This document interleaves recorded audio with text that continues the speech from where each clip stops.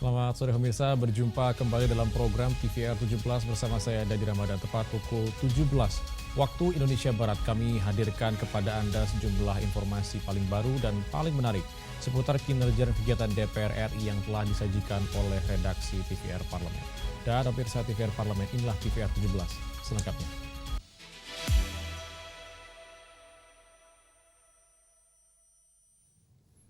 Pemirsa, DPR RI mendorong penguatan sistem penempatan dan perlindungan pekerja migran Indonesia agar proses keberangkatan berjalan aman, legal, sesuai prosedur, serta memberikan kepastian perlindungan bagi pekerja di negara tujuan. DPR RI mendorong penguatan pelindungan dan penataan sistem penempatan pekerja migran Indonesia untuk menjamin proses keberangkatan yang aman, legal, serta perlindungan yang optimal di negara tujuan. Hadir dalam acara pelepasan 500 pekerja migran Indonesia bersama Menteri Koordinator Bidang Pemberdayaan Masyarakat Muhaimin Iskandar di Pendopo Kabupaten Cianjur, Jawa Barat, Wakil Ketua DPR RI Cucun Ahmad Syamsurijal menyampaikan penempatan pekerja migran Indonesia perlu dilaksanakan melalui mekanisme yang memberikan kepastian perlindungan bagi setiap calon pekerja.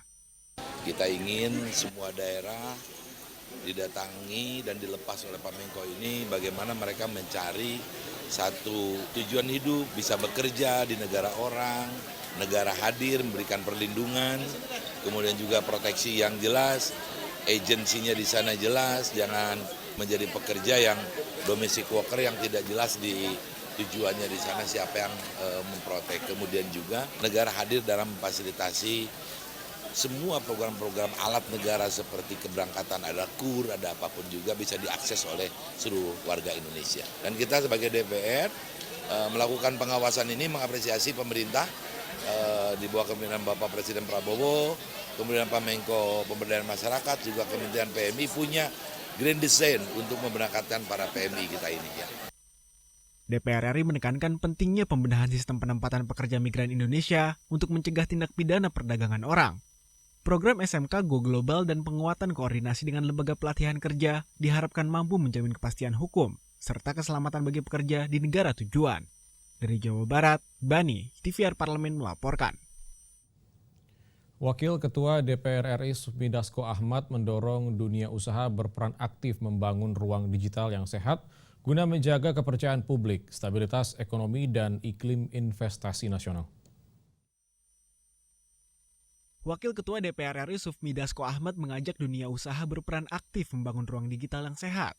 Pasalnya, penggunaan media sosial yang bertanggung jawab menjadi salah satu faktor penting dalam menjaga stabilitas ekonomi, politik, dan iklim investasi nasional. Saat menghadiri undangan rapat kerja koordinasi nasional Asosiasi Pengusaha Indonesia atau APindo di Makassar, Sulawesi Selatan, Sufmi Dasko menyampaikan, perkembangan media sosial yang sangat cepat dapat memberikan banyak manfaat bagi dunia usaha, mulai dari promosi hingga pemasaran digital. Namun, penyebaran informasi yang tidak terkonfirmasi kebenarannya dapat berdampak pada menurunnya kepercayaan publik dan mengganggu stabilitas dunia usaha. Para pengusaha yang hadir di sini, yang kemudian tenaga kerjanya banyak, itu juga bisa melakukan himbauan-himbauan dan juga memberikan contoh bagaimana kita bermedsos yang sehat. Supaya kemudian hal ini penting, karena salah satu yang mengganggu stabilitas ekonomi, politik pada hari ini adalah karena medsos kita kurang sehat. Bahwa pengusaha, pemerintah, DPR, serikat pekerja akan sama-sama melahirkan undang-undang tenaga kerja yang baru, tentunya undang-undang tenaga kerja kepunyaan semua pihak, jadi tidak salah satu pihak. Untuk menunjang iklim digital yang positif, DPR RI bersama pemerintah, pengusaha, serta serikat pekerja akan terus memperkuat kolaborasi dalam menyusun regulasi ketenagakerjaan yang lebih adaptif, agar aturan yang dihasilkan mampu mengakomodasi kepentingan semua pihak. Dari Makassar, Sulawesi Selatan, Tim Liputan, TVR Parlemen melaporkan. BWRT DPR RI mendorong peningkatan literasi keuangan bagi ASN di lingkungan Setjen DPR RI agar mampu mengelola pendapatan secara disiplin, mencapai kemandirian finansial, dan menghindari risiko utang. Badan Urusan Rumah Tangga atau BURT DPR RI mendorong peningkatan literasi keuangan bagi aparatur sipil negara di lingkungan Sekjen DPR RI. Pemahaman yang baik tentang pengelolaan keuangan berperan penting dalam mewujudkan kemandirian finansial serta menghindari resiko utang di masa depan. Saat menghadiri talk show Financial Management yang diselenggarakan Bagian Kinerja dan Informasi ASN Biro SDM Aparatur Sekjen DPR RI, Wakil Ketua BURT DPR RI, Novita Wijayanti menegaskan, besar kecilnya pendapatan bukan penentu stabilitas keuangan, melainkan kemampuan dalam mengelolanya secara disiplin dan terencana. Hari ini kita mengikuti acara ini luar biasa sekali. Yang pertama saya mengapresiasi kegiatan yang diadakan oleh Kesekjenan dan Biro SDMA. Dan kemudian ini materinya luar biasa, melatih kita untuk bisa bagaimana memanage keuangan. Pendapatan kecil, sedang, besar harus bisa memanage bagaimana keuangan itu, finansial kita bisa digunakan, kemudian bagaimana menabung, bagaimana mengoperasikan, bagaimana untuk hari tua, ASN yang sudah memiliki pendapatan, bisa bijak dalam mengelola keuangan, kemudian bisa menabung, bisa digunakan untuk juga berbisnis kalau yang bisa bisnis. Novita mendorong program literasi dan edukasi keuangan bagi ASN dilaksanakan secara berkelanjutan sehingga mendorong kebiasaan menabung, berinvestasi secara bijak, serta membantu ASN membangun kemandirian finansial dan menghadapi masa pensiun dengan lebih tenang. Handoko, TVR Parlemen melaporkan. Pemirsa, DPR RI dorong pemerintah dan seluruh pemangku kepentingan memastikan keandalan sistem kelistrikan agar gangguan pasokan energi tidak kembali menyebabkan blackout yang berdampak luas bagi masyarakat. Ketersediaan energi yang cukup harus diiringi dengan penguatan keamanan dan ketahanan jaringan pembangkit hingga sistem distribusi. Informasi selengkapnya akan kami hadirkan saat lagi tetap di TVR 17.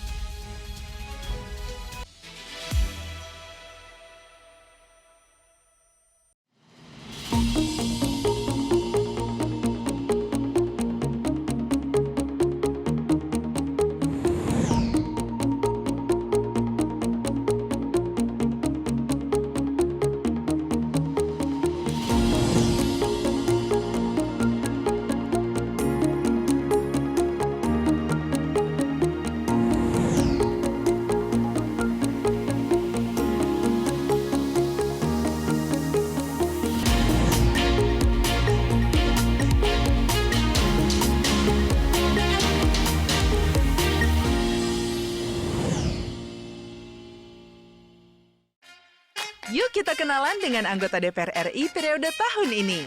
Dari depan kursi. Di balik kursi.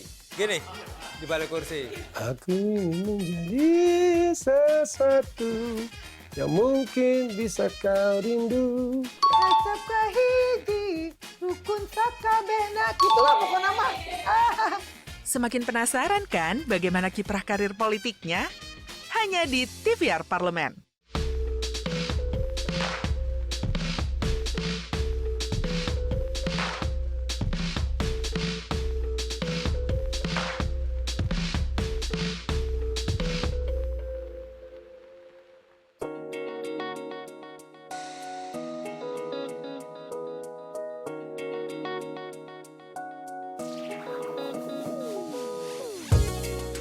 Kehadiran mereka tidak hanya mewakili suara perempuan, tetapi juga membawa perspektif yang beragam serta pengalaman hidup yang unik ke dalam proses pembuatan kebijakan. Saksikan Perempuan Parlemen hanya di TVR Parlemen.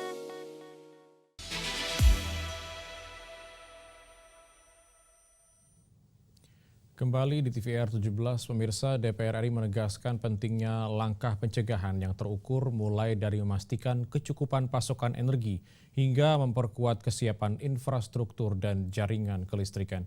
Evaluasi terhadap potensi gangguan juga perlu dilakukan secara menyeluruh agar setiap risiko dapat diantisipasi sejak dini. Dengan sistem energi yang tangguh dan andal, pelayanan publik, aktivitas ekonomi, serta kebutuhan masyarakat dapat terus berjalan tanpa terganggu oleh pemadaman berskala luas. Mari kita simak liputan mendalam yang telah dikemas oleh tim redaksi TVR Parlemen dalam segmen Lensa Parlemen. Berikut ini.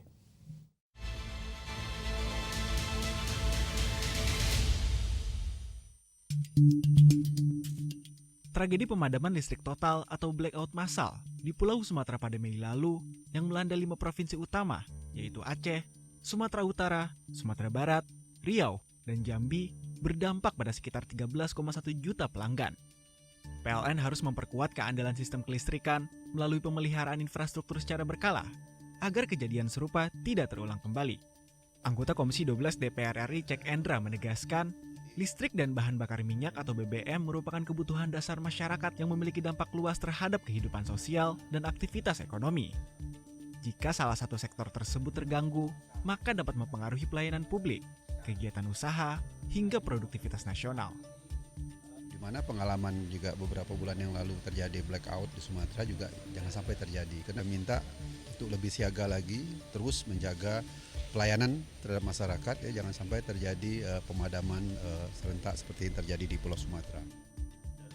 Anggota Komisi 12 DPR RI Rohmat Ardian menilai keberlangsungan pasokan energi primer bagi pembangkit listrik, khususnya batu bara, menjadi catatan dan perhatian serius agar kedepannya operasional pembangkit tetap berjalan optimal dan tanpa gangguan. Kami ingatkan kembali jangan sampai terjadi blackout. Bagaimana gar batu bara supaya kualitasnya bagus, ya. Kemudian pasokannya harus terukur, ya, harus stabil, tidak boleh kurang. Berkaca dari insiden blackout di Sumatera, PLN harus melakukan evaluasi menyeluruh untuk mengantisipasi gangguan sistem kelistrikan yang ada di seluruh wilayah Indonesia, termasuk mengidentifikasi potensi kerusakan pada pembangkit maupun peralatan utama.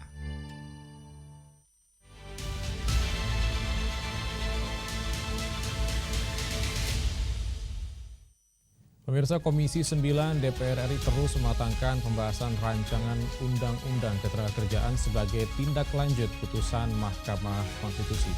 RUU ini diharapkan mampu menghadirkan kepastian hukum sekaligus menciptakan keseimbangan antara kepentingan pekerja dan pemberi kerja melalui proses penyusunan yang melibatkan berbagai elemen masyarakat. Informasinya akan kami hadirkan saat lagi, tetaplah bersama kami di TVR 17.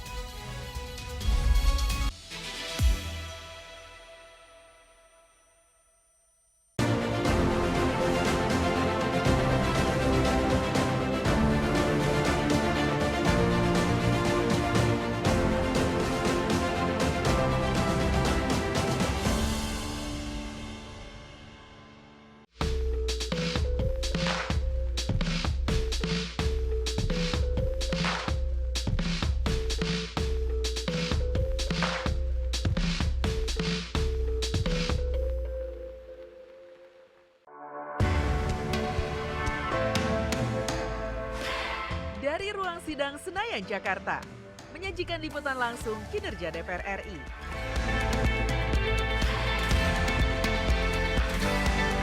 Dialog mendalam, investigasi, dan profil wakil rakyat.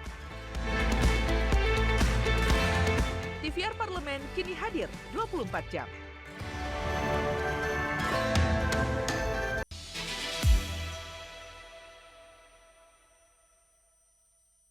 Pemirsa, dalam pembahasan rancangan Undang-Undang Ketenagakerjaan, Komisi 9 DPR RI menegaskan pentingnya meaningful public participation dengan melibatkan akademisi, serikat pekerja, Apindo, Kadin, serta berbagai pemangku kepentingan di daerah.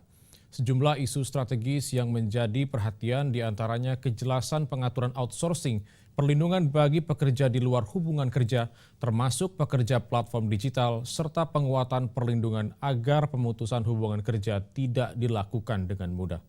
Dan untuk mengetahui informasi selengkapnya berikut laporan rekan kami Alfat Rizky dari Senayan, Jakarta.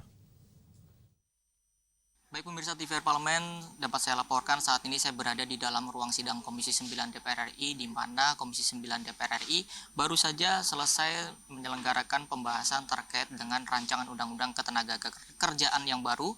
Ini sebagai sebuah dari amanat putusan Mahkamah Konstitusi pemirsa. Dan seperti apa pembahasan yang tadi sudah berjalan dan apa yang menjadi poin-poin penting dalam nantinya Undang-Undang Ketenagakerjaan yang baru. Sudah bersama saya pemirsa anggota Komisi 9 DPR RI dari fraksi PKS, Ibu Neti Prasetyani untuk daerah pemilihan Jawa Barat 8. Ibu Neti, melihat pembahasan tadi banyak sekali yang dibahas, ada terkait dengan PHK, ada juga terkait dengan outsourcing, dan kira-kira semangat dalam Undang-Undang Ketenagakerjaan yang baru ini nantinya akan bisa mengakomodir semuanya nggak sih, Bu? Iya, harapannya seperti itu ya, bahwa setiap undang-undang yang dibahas dan nantinya disahkan itu sebetulnya kan menjadi instrumen pelindungan ya. Pelindungan dalam konteks Undang-Undang Ketenagakerjaan berarti pelindungan terhadap pekerja sekaligus untuk pemberi kerjanya. Karena kita ingin membangun ekosistem ketenagakerjaan yang kondusif sebetulnya. Nah, kita melihat ke belakang bahwa hubungan yang seringkali fluktuatif antara pemberi kerja dan pekerja ini kan yang harus diwadahi ya dengan sebuah undang-undang yang memang menghadirkan sebuah titik equilibrium antara pemberi kerja dengan pekerja. Nah, kita melihat perjalanan dari Undang-Undang Nomor 13 Tahun 2003 ya, Undang-Undang Ketenagakerjaan, kemudian tiba-tiba ada Undang-Undang Cipta Kerja pada tahun 2020 pada saat pandemi yang pembahasannya dengan metode omnibus dan dalam waktu yang sangat cepat. Ya, tentu saja memang itu menimbulkan sebuah kontraksi ya, baik di kalangan publik, terutama di kalangan pekerja, termasuk mungkin sebagiannya pemberi kerja begitu. Nah, oleh karena itu ketika MK memutuskan pada DPR untuk membuat revisi dari RUU Ketenagakerjaan setelah dicabutnya klaster ketenagakerjaan dari Undang-Undang Cipta Kerja, pemerintah kan malah menerbitkan Perpu ya, Perpu nomor 2 tahun 2022 dengan alasan ada situasi kegentingan yang memaksa ya. Nah, akhirnya kan itu menjadi undang-undang ya, karena memang tidak ada norma baru, tidak ada undang-undang baru, akhirnya itu menjadi undang-undang. Nah, kita masih punya kesempatan sampai Oktober ini. Ya, 2 tahun ya setelah kemudian MK memberikan kesempatan ini, maka menurut saya ini kesempatan bagi Komisi 9 khususnya untuk bisa menyusun norma ketenagakerjaan yang lebih baik. Ya. Yang lebih baik tentu saja catatan selama ini dalam pembahasan rancangan undang-undang itu kan minimnya partisipasi publik ya. Jadi meaningful participation ini yang harus diperluas. Nah, oleh karena itu ada beberapa hal yang seringkali disuarakan. Kita sudah menyelenggarakan beberapa kali RDPU, rapat dengar pendapat, mengundang para akademisi, kemudian juga mengundang Apindo, Kadin, Serikat Pekerja, Federasi dan seterusnya. Kita sudah cukup banyak mengundang dan mendengar pendapat mereka ya. Nah, dari pendapat-pendapat yang disampaikan termasuk juga kunjungan kerja spesifik ya. Kita juga melakukan kunjungan ke beberapa daerah dengan tema mendengarkan ya masukan dari daerah, dan di situ biasanya dihadirkan, kalau saya kemarin ke Jambi bertemu dengan para akademisi, Serikat Pekerja, Apindo, Kadin di daerah tersebut, itu menggambarkan bahwa kita nggak ingin bahwa undang-undang ini atau RUU ini ketika dibahas, disahkan, kemudian di judicial review kembali begitu ya. Nah, tentu kalau seperti ini tidak ada kepastian ya buat ketenagakerjaan ya, buat ekosistem ketenagakerjaan. Nah, dari beberapa metode yang sudah kami lakukan, RDPU, kemudian kunjungan kerja spesifik, termasuk saya di Dapil juga mengundang Serikat Pekerja ya untuk mendengarkan suara mereka. Memang yang seringkali muncul suara yang ingin didengar oleh Komisi 9, yang pertama terkait dengan outsourcing ya. Outsourcing atau alih daya ini tentu memerlukan definisi yang jelas ya, agar tidak semuanya bisa di outsourcing seperti itu. Jadi definisi ini harus jelas.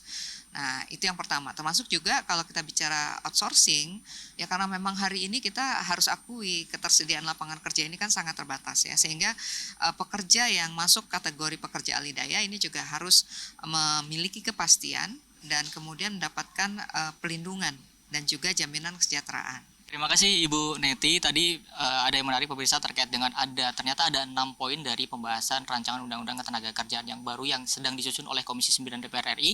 Tadi Bu Neti Prasetyani juga berharap bahwa nantinya Undang-Undang Ketenagakerjaan yang baru ini dapat mengakomodir semua dan pembahasannya dilalui dengan partisipasi publik yang lebih baik lagi supaya kedepannya ini tidak ada judicial review lagi.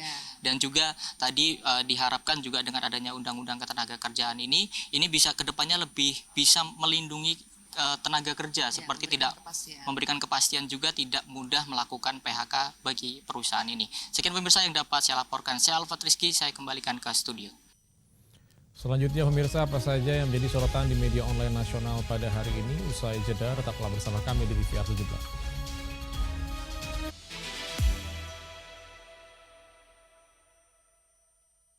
81 tahun Indonesia merdeka, melangkah menuju bangsa yang berdaulat, adil, dan makmur.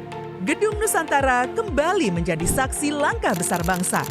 Saksikan sidang tahunan MPR RI dan sidang bersama DPR RI dan DPD RI tahun 2026. Serta rapat paripurna DPR RI ke-1 dan penyampaian RAPBN tahun anggaran 2027. Disiarkan secara langsung hanya di TVR Parlemen.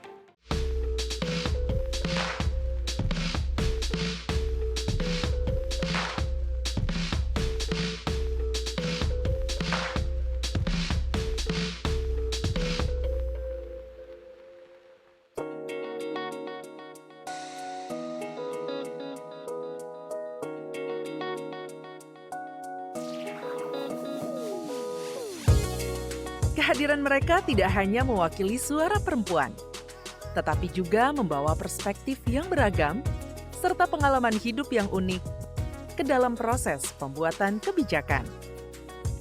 Saksikan Perempuan Parlemen hanya di TVR Parlemen. Hai, sekarang kamu bisa menyaksikan program-program TVR Parlemen di First Media, channel 18 ya.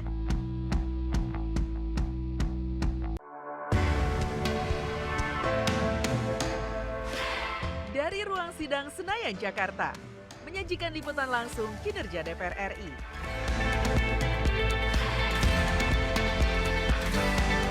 Dialog mendalam, investigasi, dan profil wakil rakyat. TVR Parlemen kini hadir 24 jam.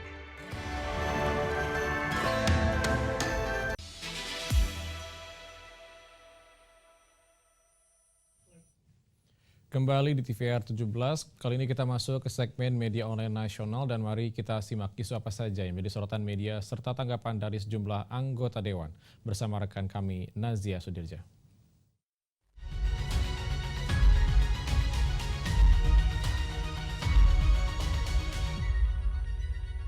Terima kasih Dadi dan selamat sore pemirsa. Kita akan membahas berita yang menjadi headline di media online pada hari ini. Pada berita pertama pemirsa yaitu Surahman dorong penindakan menyeluruh terhadap jaringan begal di Bandung. Dapat Anda saksikan di layar kaca Anda pemirsa. Anggota Komisi 8 DPR RI Surahman Hidayat dorong aparat penegak hukum menindak secara menyeluruh jaringan begal yang meresahkan masyarakat di Bandung. DPR RI menilai penanganan tidak cukup hanya dengan menangkap pelaku di lapangan, tetapi juga harus mengungkap jaringan, pola perekrutan hingga pihak-pihak yang berada di balik aksi kejahatan tersebut. Langkah tegas dan terukur diperlukan agar masyarakat mendapatkan rasa aman, khususnya ketika beraktivitas di ruang publik. DPR RI juga mendorong penguatan sinergi antara kepolisian, pemerintah daerah, serta seluruh unsur masyarakat dalam mencegah berulangnya aksi kriminalitas. Upaya penindakan harus berjalan beriringan dengan pencegahan melalui pengawasan wilayah rawan, peningkatan keamanan lingkungan, dan edukasi kepada generasi muda. DPR RI menegaskan keamanan dan ketertiban merupakan hak masyarakat yang harus dijamin negara sehingga pemberantasan kejahatan harus dilakukan secara konsisten, menyeluruh, dan berkelanjutan. Kita beralih ke berita selanjutnya yang juga menjadi headline di media online pada hari ini pemirsa, yaitu Komisi 3 DPR RI. Tak ada surprise pergantian Kapolri, publik jangan terpengaruh isu menyesatkan. Dapat kembali Anda saksikan di layar kaca Anda pemirsa. Komisi 3 DPR RI menegaskan bahwa hingga saat ini tidak terdapat surat presiden atau surprise terkait pergantian Kapolri. DPR meminta masyarakat tidak mudah terpengaruh oleh informasi yang belum terverifikasi, terlebih isu mengenai pergantian pucuk pimpinan Polri dapat menimbulkan spekulasi dan keresahan di tengah publik. Oleh karena itu pemirsa, setiap informasi yang beredar perlu disikapi secara bijak dengan mengedepankan fakta serta sumber resmi. DPR RI juga menekankan pentingnya menjaga situasi tetap kondusif dan menghormati mekanisme ketatanegaraan yang berlaku dalam setiap proses terkait institusi kepolisian. Publik diimbau tidak ikut menyebarkan informasi menyesatkan yang dapat memicu kegaduhan. Dan DPR RI memastikan akan menjalankan fungsi pengawasan secara objektif dan transparan serta menyampaikan informasi kepada masyarakat berdasarkan fakta dan perkembangan resmi. Baik pemirsa, itu tadi headline di media online pada hari ini, yaitu Surahman dorong penindakan menyeluruh terhadap jaringan begal di Bandung, serta Komisi 3 DPR RI tak ada surprise pergantian Kapolri, publik jangan terpengaruh isu menyesatkan. Sekian dari saya, Nazia Sudirja, kembali ke rekan Dadi, selamat sore, terima kasih, sampai jumpa.